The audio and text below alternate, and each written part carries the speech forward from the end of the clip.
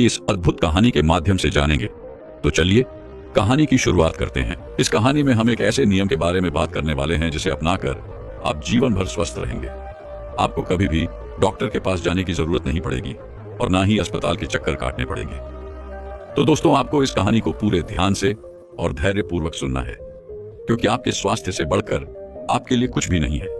अगर आपका स्वास्थ्य ठीक है तो आप कुछ भी कर सकते हैं। तो आइए दोस्तों, बिना किसी देरी के इस कहानी को शुरू करते हैं। एक गुरु जो आयुर्वेद के बहुत बड़े ध्याता थे, वह एक नदी के किनारे अपना आश्रम बनाकर रहा करते थे। बहुत दूर दूर से लोग चलकर उनके पास अपना इलाज करवाने आते थे और वह बिना किसी दवाई के बस एक भोजन करने के नियम के माध्यम से ही उन्हें बिल्कुल स्वस्थ कर देते थे। फिर एक दिन वह गुरु एक नगर में भ्रमण करने के लिए गए। जब वह उस नगर में भ्रमण कर रहे थे तो उन्होंने देखा कि वहां पर लोग अनेकों बीमारियों से घिरे हुए हैं। फिर वह गुरु एक वृक्ष के नीचे आसन लगाकर बैठ गए। जब उस नगर के लोगों को यह पता चला कि वह आयुर्वेद के गुरु उस नगर में पधारे हुए हैं, तो नगर के आधे से ज्यादा लोग उनके पास पहुंच गए। इतनी भीड़ को देखकर गुरु ने उन सभी को आसन ग्रहण करने के लिए कहा। नगर के सभी लोग अपने अपने स्थान पर बैठ गए। फिर उस सभा में से एक अधेड़ उम्र का व्यक्ति खड़ा हुआ और उस गुरु से कहने लगा, हे गुरुदेव, मैं 50 वर्ष का हो चुका हूँ और मैं अत्यधिक बीमार रहता हूँ। कृपया मुझे एक ऐसी औषधि के बारे में बताइए, ऐसी दवाई के बारे में बताइए जिसे खाकर मैं पूरी तरह स्वस्थ हो जाऊं। हे गुरुदेव, मैंने आपकी चर्चाएं बहुत सुनी है। आप बड़ी से बड़ी बीमारी को जड़ से खत्म कर देते हैं। कृपया आप हमें आज दवाई बताइए। अभी उसकी बात खत्म नहीं हुई थी कि इससे पहले एक 25 वर्ष का युवक खड़ा होता है और गुरु से बोलने लगा, हे गुरुदेव, अभी मेरी उम्र ही क्या हुई है, लेकिन मैं थका थका महसूस करता हूँ। जब भी मैं कोई कार्य करने जाता हूँ तो मैं बहुत जल्दी थक जाता हूँ और अधिकतर मैं बीमार ही रहता हूँ। अभी तो मैं युवा हूँ, तो फिर मुझे ये कमजोरी महसूस क्यों होती है? अभी उस युवक की भी बात समाप्त नहीं हुई थी कि तभी एक युवती खड़ी हुई और बोली कि गुरुदेव, अभी तो मेरा बच्चा 8 वर्ष का ही है, लेकिन वह हर समय बीमार ही रहता है। मैंने उसका इलाज बहुत करवाया, लेकिन उसके स्वास्थ्य में कोई भी सुधार नहीं आया। ऐसा ही चलता रहा तो एक दिन वह इस दुनिया को छोड़कर चला जाएगा। गुरुदेव, मुझ पर कृपा कीजिए, वह मेरा एकमात्र सहारा है। कुछ ऐसा उपाय बताइए जिससे मैं अपने बेटे को स्वस्थ कर सकूं। ऐसा कहकर वह युवती जोर जोर से रोने लगी। सभा में मौजूद सभी लोगों की बातें सुनकर गुरु ने उन सभी से कहा, आप लोग सभी शांत हो जाइए, मैं आप सभी लोगों की समस्याओं का समाधान अवश्य करूंगा। फिर गुरु ने उन सभी लोगों से कहा कि आप सभी लोगों की समस्याओं का सिर्फ और सिर्फ एक ही समाधान है। आज मैं आपको एक ऐसे नियम के बारे में बताऊंगा जो आपकी सेहत के लिए यह एक वरदान है। फिर गुरु ने उन सभी से कहा कि आज के इस भाग दौड़ भरी जिंदगी में हमारे पास सब कुछ है, लेकिन हमारा स्वास्थ्य बिल्कुल ठीक नहीं है। डायबिटीज से लेकर कैंसर जैसी बीमारियों से हम चारों तरफ से घिरे हुए हैं, लेकिन यह एक नियम ऐसा है, एक ऐसा सिद्धांत है जो अगर आप अपने जीवन में अपना लेते हैं तो 90% बीमारियां आपसे कोसों दूर हो जाए रहेंगी। गुरु की ऐसी बातें सुनकर उस सभा में से एक युवक खड़ा हुआ और बोला कि गुरुदेव, क्या ऐसा संभव है? सिर्फ एक नियम के माध्यम से हमारी सभी प्रकार की बीमारियां दूर हो जाएंगी। युवक की बात सुनकर वह गुरु मुस्कुराए और बोले कि हाँ बेटा, एक नियम के माध्यम से आप बड़ी से बड़ी और छोटी से छोटी बीमारी को जड़ से खत्म कर सकते हैं। और हाँ, मैं आपको यहाँ पर कोई औषधि के बारे में नहीं बताऊंगा जिसमें कि आपके पैसे खर्च हो। मैं जो नियम आपको बताऊंगा ये बिल्कुल आसान है और उसमें आपका किसी भी प्रकार से कोई धन खर्च नहीं होगा। गुरु की बात सुनकर उस युवक ने कहा कि गुरुदेव, आप हमें वह नियम जल्दी से बताइए, हम सभी उस नियम का पालन करेंगे। फिर गुरु उन सभी से कहते हैं कि आओ फिर जानते हैं कि वह एक नियम क्या है। फिर गुरु कहते हैं कि बेटा, जिस नियम के बारे में मैं आपको बता रहा हूँ वह है आपको भूख से थोड़ा कम खाना है और सूरज ढलने के बाद आपको कुछ भी नहीं खाना है। यह नियम तुम्हें सुनने में बहुत आसान लग रहा होगा, लेकिन जितना यह आसान लग रहा है यह उतना ही लाभदायक है। ये एक नियम आपके पूरे स्वास्थ्य को सुधार देगा। देखो बेटा, हमारा पाचन तंत्र एक ऐसी फैक्ट्री की तरह काम करता है जैसे एक फैक्ट्री में कच्चा माल आता है और कुछ सामान बनकर उससे निकलता है। वैसे ही हमारे पाचन तंत्र के अंदर खाना जाता है और वह ऊर्जा के अंदर बदल जाता है। और इस फैक्ट्री का जो सबसे महत्वपूर्ण हिस्सा है वो है हमारी अग्नि, यानी कि हमारे पाचन तंत्र से निकलने वाली अग्नि, जिसे आयुर्वेद में जठराग्नि कहते हैं। आयुर्वेद में जठराग्नि का बहुत ही बड़ा महत्व माना जाता है। यह हमारे शरीर की वह अग्नि है जो खाने को पचाती है और हमें ऊर्जा देती है और हमारी प्रतिरोधक क्षमता को मजबूत करती है। अगर यह जो अग्नि है वह ठीक तरीके से काम न करे तो उससे क्या होगा? देखिए, जो फैक्ट्री है उसकी गुणवत्ता कम हो जाएगी। जब हम ज्यादा खाना खाते हैं तो ऐसे में क्या होता है, जो जठराग्नि है उस पर बहुत ज्यादा बोझ बढ़ता है जैसे मान लो आपने चूल्हे में आग लगाई और आपने उस आग के ऊपर कोई भारी लकड़ी डाल दी, तो क्या वह आग बढ़ेगी? नहीं नहीं, वह आग बुझ जाएगी। इसी तरह से जब हम ज्यादा खाना खा लेंगे तो हमारी जो अग्नि है वह दब जाती है और खाना ठीक से नहीं पच पाता है, और फिर वही खाना पड़ा पड़ा वहां पर सड़ता रहता है और बहुत सारी बीमारियों को पैदा करता है। फिर गुरु उन सभी से कहते हैं कि बेटा, जब मैं 12 वर्ष का था तब भी मेरी प्रतिरोधक क्षमता बहुत कमजोर थी और मैं हर समय बीमार ही रहता था और कुछ ना कुछ दवाई खाते ही रहता था। लेकिन जब से मैंने इस नियम का पालन करना शुरू किया है, उससे सिर्फ 3 महीने के अंदर अंदर मेरी ऊर्जा शक्ति इतनी बढ़ गई कि कितना ही काम मैं कर लूं, मुझे थकान नहीं होती है और मेरी रोग प्रतिरोधक क्षमता मजबूत हो गई। अब मैं कभी बीमार भी नहीं पड़ता हूँ। इसके साथ ही मुझे अच्छी नींद भी आने लगी है। जब मैं 12 वर्ष का था तो मोटापे ने मुझे घेर लिया था।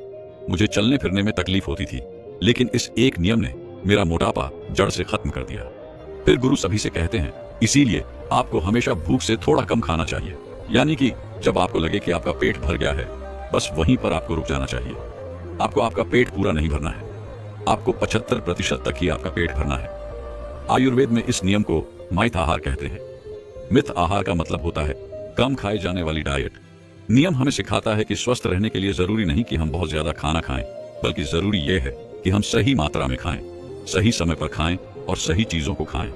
जब आप कम खाते हैं तो आपका मेटाबॉलिज्म ज्यादा अच्छे से काम करता है और इससे फिर आप कभी भी बीमार नहीं पड़ते हैं। लेकिन आजकल लोग क्या करते हैं, वह दिन भर कुछ ना कुछ खाते ही रहते हैं। जैसे कि वह सुबह नाश्ता करते हैं तो नाश्ता भी पेट भर के करते हैं, और नाश्ते में क्या लेते हैं, चाय, टोस्ट, बिस्किट। और कुछ लोग तो नाश्ते को भी इतना भारी कर लेते हैं, जैसे आलू के पराठे, कमलेट। ये जो नाश्ता होता है, इसके बाद भारी भरकम दोपहर का भोजन कर लेते हैं, जिसमें वे मसालेदार सब्जी, 2-3 चपाती, वह भी नहीं पचता है। इसके बाद फिर वह 4-5 बजे के आसपास चाय पी लेते हैं और चाय के साथ कुछ नमकीन जैसे बिस्किट। कुछ लोग तो शाम के टाइम पर जा बर्गर ये सब खाते हैं, वह भी उनका नहीं पचता है। और फिर रात्रि में पेट भर के भोजन खाते हैं, जिसमें वह फिर सब्जियां, चपाती आदि खाते हैं। वह अपने शरीर की पाचन अग्नि को जलने ही नहीं देते हैं, जलने से पहले ही उसे बुझाते रहते हैं। तो ऐसे में वह उनके खाने को कैसे पचाएगी, क्योंकि वह तो उसके ऊपर बार बार खाने को डालते रहते हैं और फिर वह खाना एक जगह इकट्ठा होकर सड़न पैदा करता है और इस सड़न से हमारे शरीर में बीमारियों का जन्म होता है। इसीलिए हमें कभी भी जरूरत से ज्यादा भोजन नहीं खाना है। आपको सुबह नाश्ते में नारियल का जूस लेना है या फिर फल खाने हैं। दोपहर के भोजन में आपको चपाती और सब्जी लेनी है। सब्जी की मात्रा आपको ज्यादा रखनी है। इसके बाद अगर आपको शाम को भूख लगे तो एक प्लेट भरकर सलाद लेनी है। सलाद में आप कोई भी सब्जी या फल ले सकते हैं। आपको रात्रि में ना के बराबर भोजन करना है। अगर आप 2 रोटी खाते हैं तो सिर्फ आपको 1 ही रोटी खानी है। फिर गुरु उसे दूसरा नियम बताते हुए कहते हैं कि दूसरा नियम है सूर्य अस्त होने के बाद खाना नहीं। खाना आपने देखा होगा कि आपके माता पिता या दादा दादी वह खाना अक्सर दिन ढलने से पहले ही खा लेते थे। इसीलिए पुराने जमाने के लोग कम बीमार पड़ते थे और आज के जमाने के मुकाबले में और उस जमाने के मुकाबले में आज के जमाने के छोटे छोटे बच्चे भी बहुत अधिक बीमारियों से घिरे हुए हैं। इसका कारण यह है कि वह कुछ न कुछ खाते ही रहते हैं और सूरज ढलने के बाद उनका खाना शुरू होता है।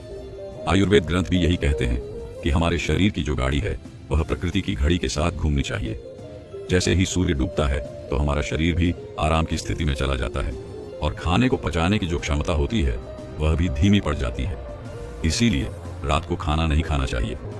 देखिए, अगर आप रात को देर से खाना खाते हैं, जो कि आजकल के लोगों की आदत सी बन गई है, तो हम प्रकृति की घड़ी को रोकने का प्रयास कर रहे हैं, जो कि कुदरत ने हमारे लिए बनाई है। और जब हम कुदरत के विपरीत चलना शुरू कर देते हैं तो उसका नतीजा क्या निकलता है, ये तो आप सभी लोगों को अच्छे से पता होगा। इसका परिणाम आप सब लोग जान चुके हैं। आप लोगों को यह नियम समझ में तो आ ही गया होगा, लेकिन इस नियम को अपनाना बहुत ही मुश्किल है, क्योंकि आजकल लोग रात रात भर पार्टी में जाते हैं। शादी विवाह में तो खाना शुरू ही सूरज ढलने के बाद होता है। कुछ लोग ऑफिस से रात्रि में 8 बजे आते हैं, 10 बजे आते हैं। कुछ लोग जानबूझकर देर रात्रि खाना खाते हैं। कुछ लोग रात्रि में खाना खाने की जगह समोसा, जलेबी खाते हैं। तो ये छोटी छोटी चीजें ये आपके साथ हमेशा रहेगी। इनमें आपको कभी भी आकर्षित नहीं होना है। आपको अपने स्वास्थ्य पर फोकस बना के रखना है और इन नियमों को अपनाना है। अगर आप महीने 2 महीने में कुछ भारी भोजन कर लेते हैं तो उसका भी उपाय है, लेकिन रोज रोज आपको यह नहीं करना है, क्योंकि हमारी सेहत सबसे जरूरी है। उसके साथ हमें कभी भी लापरवाही नहीं करनी चाहिए। अगर आप 2 महीने में कुछ भारी भोजन कर लेते हैं तो उसका 1 दिन उपवास कीजिए। आपको कुछ भी नहीं खाना है, सिर्फ फल खाने हैं, फल का जूस पीना है, या आप कोई सब्जी का सूप भी ले सकते हैं। जब आप 1 दिन उपवास करेंगे तो आपको जो वो भारी भोजन है वह पच जाएगा। इसके साथ कुछ छोटे छोटे से नियम हैं जिन्हें आपको हमेशा ध्यान रखना है, जो आपको जीवन भर स्वस्थ रखेंगे। आपको निश्चित समय पर खाना खाना है, यानी आपने सुबह नाश्ता 8 बजे किया, दोपहर का भोजन 12 बजे किया और रात्रि में 6 बजे भोजन किया है। रोजाना आपको इसी तरह समय पर भोजन करना है। ऐसा नहीं होना चाहिए कि आप 12 बजे नाश्ता कर रहे हैं, 2 बजे दोपहर का भोजन खा रहे हैं और रात्रि में 9 बजे भोजन कर रहे हैं। आपको एक ही समय पर भोजन करना चाहिए। दूसरा, आपको खाना बैठकर और आराम से खाना चाहिए। कभी भी जल्दबाजी में खाना खाना नहीं चाहिए। कुछ लोग चलते फिरते ही भोजन करते रहते हैं, या फिर कुछ लोग काम करते करते भोजन करते हैं। कुछ लोग खड़े खड़े भोजन करते हैं। कुछ लोग इतना जल्दी भोजन करते हैं कि मुंह में निवाला रखा और सीधा पेट के अंदर। ऐसा आपको बिल्कुल भी नहीं करना है। आपको आराम से एक जगह पर बैठकर आराम से भोजन करना है। भोजन करने में आपको कभी भी जल्दबाजी नहीं करनी है। इसके साथ ही खाना खाते समय निवाले को 32 बार चबाना है, उसका पूरा स्वाद लेना है। खाना खाते समय आपको गुमराह करने वाली चीजें जैसे टीवी, मोबाइल, इनसे आपको दूर रहना है। इनका बिल्कुल भी आपको प्रयोग नहीं करना है। इसके साथ अपने शरीर के भाव को सुनिए, इनको पहचानिए, क्योंकि आपका जो शरीर है यह आपको हमेशा अच्छे और बुरे दोनों ही तरीके के संकेत देता है, और ये संकेत कभी भी गलत नहीं होते हैं। ये हमेशा आपको सही रास्ता दिखाते हैं, बस आपको इन्हें समझना होता है। फिर गुरु उन सभी से कहते हैं, अगर आप मेरे बताए हुए इस नियम का पालन करते हैं तो आपको जीवन में कभी कोई बीमारी नहीं होगी और आप हमेशा स्वस्थ और निरोगी बने रहेंगे। गुरु की बात सुनकर सभा में मौजूद सभी लोग उनका धन्यवाद करते हैं और उनसे कहते हैं, आज आपने हमें बहुत ही महत्वपूर्ण जानकारी दी है, इसके लिए आपका दिल से धन्यवाद। फिर वह गुरु अपनी कुटिया की तरफ वापस चले जाते हैं और नगर के सभी लोग अपने अपने घर आ जाते हैं। दोस्तों, वहीं पेट की समस्या के ऊपर दूसरी कहानी की शुरुआत कुछ इस प्रकार होती है। एक बार एक आयुर्वेदिक गुरुजी के पास एक लड़का आता है और वह उन गुरु से कहता है कि है गुरुवर, मेरा पाचन तंत्र सही नहीं रहता है। मैं जो कुछ भी खाता हूं वह मुझे हजम नहीं होता है। इसकी वजह से मुझे गैस की समस्या बनी रहती है। मुझे ऐसे लगता है कि जैसे मेरा पेट तो भरा भरा रहता है। पेट भरा भरा महसूस होने के कारण मुझे भूख भी बहुत कम लगती है। मेरे चेहरे पर दाग धब्बे रहते हैं। मुझे कब्ज की समस्या रहती है और मेरा पेट खुलकर साफ भी नहीं हो पाता है। गुरुदेव, मैंने इसके लिए बहुत सारी दवाइयां ली हैं, लेकिन फिर भी मुझे कोई आराम नहीं मिला। इसीलिए गुरुदेव, आप मेरी समस्या का हल मुझे बताएं। इसके बाद गुरु उस लड़के को कहते हैं कि जो भी तुमने मुझे अपनी समस्या बताई है वह सब तुम्हारे खाने के न पचने के कारण हुई है। इसीलिए तुम ये समझो कि तुम्हें अपने खाने को पचाने के लिए करना क्या होगा और वह क्या उपाय हैं जो तुम्हें करने होंगे, ताकि तुम्हारा पाचन तंत्र जो है वह मजबूत बन सके। और मैं तुम्हें आज 5 ऐसी आयुर्वेदिक औषधियां भी बताऊंगा जिनका उपयोग करने से तुम्हारा पाचन तंत्र मजबूत हो जाएगा और तुम्हारे खाने का कण कण पचेगा। फिर वह गुरु उस लड़के से कहते हैं कि सबसे पहले तुम ये समझ लो कि पाचन तंत्र में खराबी होने का सबसे बड़ा कारण जो है वह है पेट की सड़न। जब तुम्हारे पेट में खाना जाता है और वह ठीक से नहीं पचता है तो फिर वह सड़ता है, और आपके पेट की समस्याओं का सबसे बड़ा कारण भी यही है। जब खाना पेट में जाकर पचने की जगह सड़ता है तो इससे ही आपको गैस की समस्या, एसिडिटी, भारीपन की समस्या होती है और आपको भूख लगना कम हो जाती है। इसके बाद गुरुजी कहते हैं कि अब सवाल यह उठता है कि आखिर खाना पचने की जगह सड़ क्यों जाता है।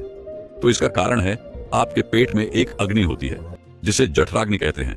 जब आपका खाना पेट में जाता है तो यह अग्नि उस खाने को पचाने का काम करती है। जब यह अग्नि धीमी हो जाती है तो आपका खाना पचने की जगह सड़ता रहता है। अब यह अग्नि जो है वह मंद क्यों होती है, तो इसको समझने के लिए आपको आयुर्वेद के 4 नियमों को समझ लेना बहुत जरूरी है। अगर इन 4 नियमों के हिसाब से आप अपनी जीवन शैली और अपने खान पान में परिवर्तन कर लेते हैं तो आपके पाचन की समस्याओं में से 50 समस्याओं का हल तो हो ही जाएगा। चाहे फिर आपको कॉन्स्टिपेशन की समस्या हो, लूज मोशन की समस्या हो, या फिर कोई भी पेट से संबंधित विकार हो। वह गुरु उस लड़के को पहला नियम बताते हुए कहते हैं, अशुद्ध आहार। हमारे आयुर्वेद में कहा गया है कि आप भोजन को पकने से 3 घंटे के अंदर अंदर उसे खा लें और ज्यादा से ज्यादा 5 घंटे के अंदर उसे खा लें। लेकिन अगर भोजन को पकाए हुए 5 घंटे से ज्यादा हो गया है तो आप उस भोजन को ना खाएं, क्योंकि ऐसा भोजन जठराग्नि पर दबाव डालता है जिसको पचाना थोड़ा सा मुश्किल हो जाता है और आप बाजार से डिब्बा बंद चीजें लेकर आते हैं, उनको खाते हैं। वह चीजें तो कहीं महीनों और कहीं साल पुरानी होती है और आप उन्हें बड़े मजे से खाते हैं। 3 से 5 घंटे के बाद का खाना खाना भी हानिकारक होता है। हानिकारक होता है। वह खाना भी खाने के लायक नहीं होता है।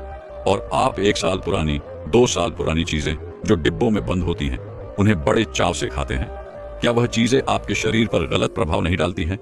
डिब्बा बंद चीजों में केमिकल डाले जाते हैं। वह केमिकल इन चीजों की वैधता तो बढ़ा देते हैं, लेकिन आपके स्वास्थ्य पर बहुत बुरा असर डालते हैं। और दूसरी ओर जंक फूड, फास्ट फूड जैसे पिज्जा, चाउमीन आदि स्वाद के चक्कर में आप खाते हैं। मीठी मीठी मिठाइयां खाते हैं। इनको भी आपको त्यागना होगा। आपकी जठराग्नि की एक सीमित मात्रा होती है कि वह इस तरह का भोजन और इतना ही भोजन पचा सकती है। जब आप अपने पाचन तंत्र पर ज्यादा दबाव डालते हैं तो आपको मंद अग्नि की समस्या हो जाती है। फिर इसके बाद आप जो भी खाते हैं वह पचने की जगह सड़ता है। फिर गुरु उस लड़के को दूसरा नियम बताते हुए कहते हैं कि भोजन सीमित मात्रा में ग्रहण करें। आप चाहे कितना ही अच्छा भोजन क्यों ना करें, आप चाहे सात्विक भोजन ही क्यों ना करते हो, लेकिन ध्यान रहे जितना जरूरी अच्छा भोजन करना होता है, उतना ही जरूरी यह भी जानना होता है कि हमारे भोजन करने की सही मात्रा क्या है। कहने का मतलब है कि ज्यादा भोजन भी आपको नुकसान कर सकता है, फिर चाहे वह कितना ही अच्छा भोजन क्यों ना हो। इसको समझने के लिए आप इस उदाहरण से समझें। जैसे आप अग्नि में थोड़ा थोड़ा घी डालते हैं तो अग्नि जलती रहती है, लेकिन वहीं पर अगर आप उसमें एकदम से बहुत सारा घी डाल दें तो क्या अग्नि जलेगी? नहीं ना। ज्यादा घी डालने से, एकदम ज्यादा घी डालने से वह अग्नि बुझ जाएगी। वैसे ही अगर आप ज्यादा भोजन ग्रहण करेंगे तो इससे आपके पाचन तंत्र पर बहुत ही बुरा असर पड़ेगा। आपका पाचन तंत्र उसे पचा नहीं पाएगा और वह खाना जाकर आपके पेट में सड़ता रहेगा। फिर वह गुरु उस लड़के को तीसरा नियम बताते हुए कहते हैं, सही भोजन और सही मात्रा में। भोजन खाने के साथ साथ यह भी जानना जरूरी है कि भोजन को खाने का सही समय क्या है। आप सुबह के समय नाश्ता खाएं, जिसमें आप फल सब्जियां आदि खा सकते हैं, या फिर आप जूस पी सकते हैं। इसके बाद दोपहर में आप खाना खा सकते हैं। उसका सही समय 12 से 1 बजे के बीच होता है। इसके बाद आपको शाम का खाना जो है वह थोड़ा जल्दी खाना होगा। जैसे कि आप शाम का खाना 6 से 7 बजे के बीच खा लें, और शाम का खाना आपको बिल्कुल हल्का खाना चाहिए।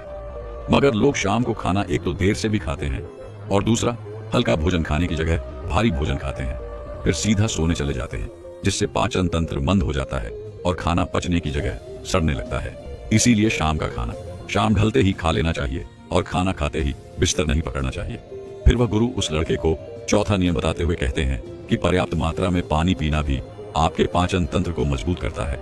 अगर आप पर्याप्त मात्रा में पानी नहीं पिएंगे तो आपको कब्ज की समस्या होगी और आपका पेट खुलकर साफ नहीं होगा। और अगर पेट साफ नहीं होगा तो जो खाना आप खाएंगे वह आपके पेट में पड़ा पड़ा सड़ता रहेगा। पानी आपके खाने को गीला करता है, जिससे खाने को पचाने में आसानी होती है और आपका पाचन तंत्र मजबूत बनता है। वह गुरु उस लड़के को कहते हैं कि बेटा, इसके अलावा भी बहुत सारे ऐसे कारण हैं जो आपके पाचन तंत्र को कमजोर बनाते हैं, जैसे कि ज्यादा चिंता करना, धूम्रपान करना और खराब जीवन शैली। अगर आप इन चीजों पर ध्यान देंगे और अपनी आदतों को सुधारेंगे तो आपका पाचन तंत्र जो है वह जल्द ही सही हो जाएगा। फिर वह गुरु उस लड़के को कहते हैं कि इन आदतों और नियमों के अलावा अगर आप कुछ आयुर्वेदिक औषधियां भी लेते हैं तो आप अपने पाचन तंत्र को बहुत ही बेहतर बना पाएंगे, और फिर उसके बाद आप जो भी खाएंगे वह आपको सब पच जाएगा। फिर इसके बाद गुरुजी उस लड़के को पहली औषधि के बारे में बताते हुए कहते हैं कि सबसे पहली और औषधि है त्रिफला चूर्ण। आपके पाचन तंत्र के लिए त्रिफला से अच्छा कुछ भी नहीं है। यह सबसे बढ़िया औषधि है। त्रिफला पाचन शक्ति बढ़ाने और मेटाबॉलिज्म में सुधार करने का एक प्रभावी नुस्खा है। दरअसल त्रिफला 3 आयुर्वेदिक हर्ब्स का एक अद्भुत मिश्रण है। इसे बनाने के लिए आंवला, हरण और भेड़ा का प्रयोग किया जाता है। तीनों ही जड़ी बूटियों में रोचक गुण होते हैं। यह माल त्याग को बढ़ावा देने में मदद करती है, साथ ही कब्ज से छुटकारा भी दिलवा है। त्रिफला शरीर के तीनों दोष, वात, पित्त और कफ के संतुलन को बनाए रखने में आपकी मदद करता है। यह आंत में अच्छे बैक्टीरिया को बढ़ाता है, साथ ही टॉक्सिन्स को नष्ट करता है, जिससे डाइजेशन में सुधार होता है। नियमित त्रिफला का सेवन करने से पाचन संबंधी समस्याओं से बचाव और उनमें छुटकारा पाने में मदद मिलती है। आप रात में सोने से पहले गर्म पानी के साथ त्रिफला का सेवन कर सकते हैं। इसके लिए बस आपको 1 चम्मच त्रिफला अपनी जीभ पर रखना है, फिर गुनगुने पानी के साथ इसे निगल जाना है। आप चाहें तो दूध के साथ इसका सेवन कर सकते हैं। इसके अलावा आप रात में सोने से पहले 1 गिलास पानी में 1 चम्मच त्रिफला पाउडर मिलाकर छोड़ सकते हैं और सुबह खाली पेट इसका सेवन कर सकते हैं। यह भी पाचन को दुरुस्त रखने में आपकी मदद करेगा। दोस्तों, आपको त्रिफला पाउडर ढूंढने में तकलीफ ना हो, इसलिए हमने डिस्क्रिप्शन में त्रिफला पाउडर की लिंक दे रखी है। वहां जाकर आप अपने लिए त्रिफला मंगा सकते हैं। फिर गुरु उस लड़के को दूसरी ओर औषधि के बारे में बताते हुए कहते हैं कि वह है हिंगवाष्टक चूर्ण। यह एक पॉली हर्बल आयुर्वेदिक है जिसका उपयोग पाचन विकारों के इलाज के लिए किया जाता है।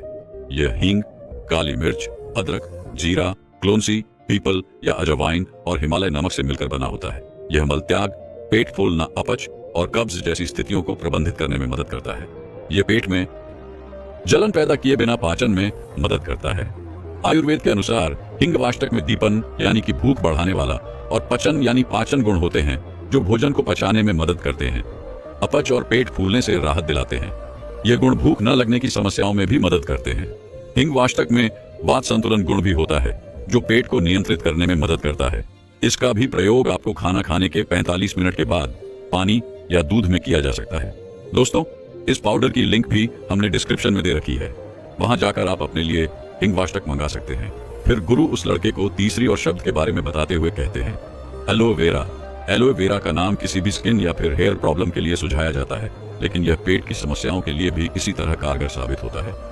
एलोवेरा का जूस पेट की परेशानियों से भी राहत दिलाता है।